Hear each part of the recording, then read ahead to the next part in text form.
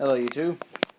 Well, this is my file server, and I decided to upgrade the power supply in it. I took this Corsair CX430 I had lying around and stuck it in here. It makes an annoying whine when it's turned off. I'm not sure why, but the power supply seems to work fine. So, I'm going to stick it in here. It's not going to be really stressed that much. A lot of people in my my getting started video on making a home server, that video I should really revise or something, because it's not as fully, it doesn't have as much information as I'd like it to. But anyway, when I put that together, it had this Dell power supply in it, which is a Hi-Pro built power supply. It's 200 watt. Now the issue I ran into with that is it made me nervous after a while.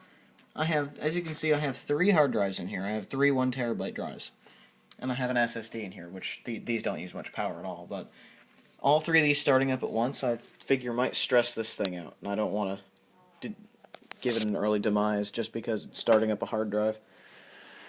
So I stuck this 430 watt in here, which is way overkill for this Intel Atom 525 based motherboard. So, you know, this Atom board's all I need for a file server. It does great. It does great for that, especially with 64-bit Linux on it. Well, here's a recap of what this server is. Here you have a gigabyte board. It's a where's the number? There it is. Focus. It's a Gigabyte GA D525 TUD. I love these boards. They're awesome boards. They're one of the only Atom boards at the time that had 4 SATA slots and an IDE connector. And the IDE connector was important because I have a DVD drive connected to this thing, because installing Debian from a flash drive is kind of a pain sometimes, especially when UNetbootin just doesn't work, which it does pretty often. So I install it with a CD and just be done with it. And there you have it. It's got 4 gigabytes of DDR3 RAM on it. The processor is dual-core hyper-threaded 64-bit, which is pretty darn awesome for an Atom. So it could handle more than just file serving if I needed to do something else. But this particular server is usually treated as just like an archival sort of thing. I use this to archive stuff that I don't want to go away. And the ironic part about that is I don't have any RAID set up in here, and once I get bigger hard drives, I'm probably going to have a RAID set up in here. Maybe maybe have a couple of 2 terabytes up here, and all 3 of these 1 terabytes down here in some sort of RAID. Maybe I need to get more 1 terabyte drives and just have a RAID 5 of 5 1 terabyte drives. That would be great. I don't know. There's plenty of things to explore with this build, so I just figured I'd give you guys an update on what it looks like. It hasn't changed much apart from the power supply and the SSD.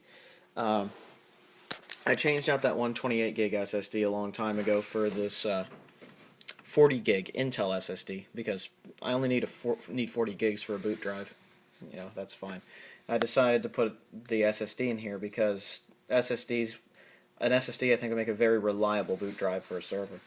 Because what I was using before was a very old 40 gigabyte Western Digital in the IDE portion of the board. And that's all well and good, but sometimes it's not good enough.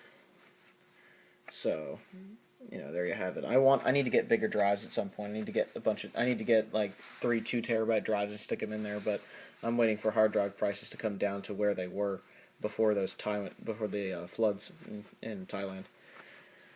So there you have it. That's really all that's changed, is the power supply. This power supply, I think, will be able to handle the startup of 3 hard drives at once just fine.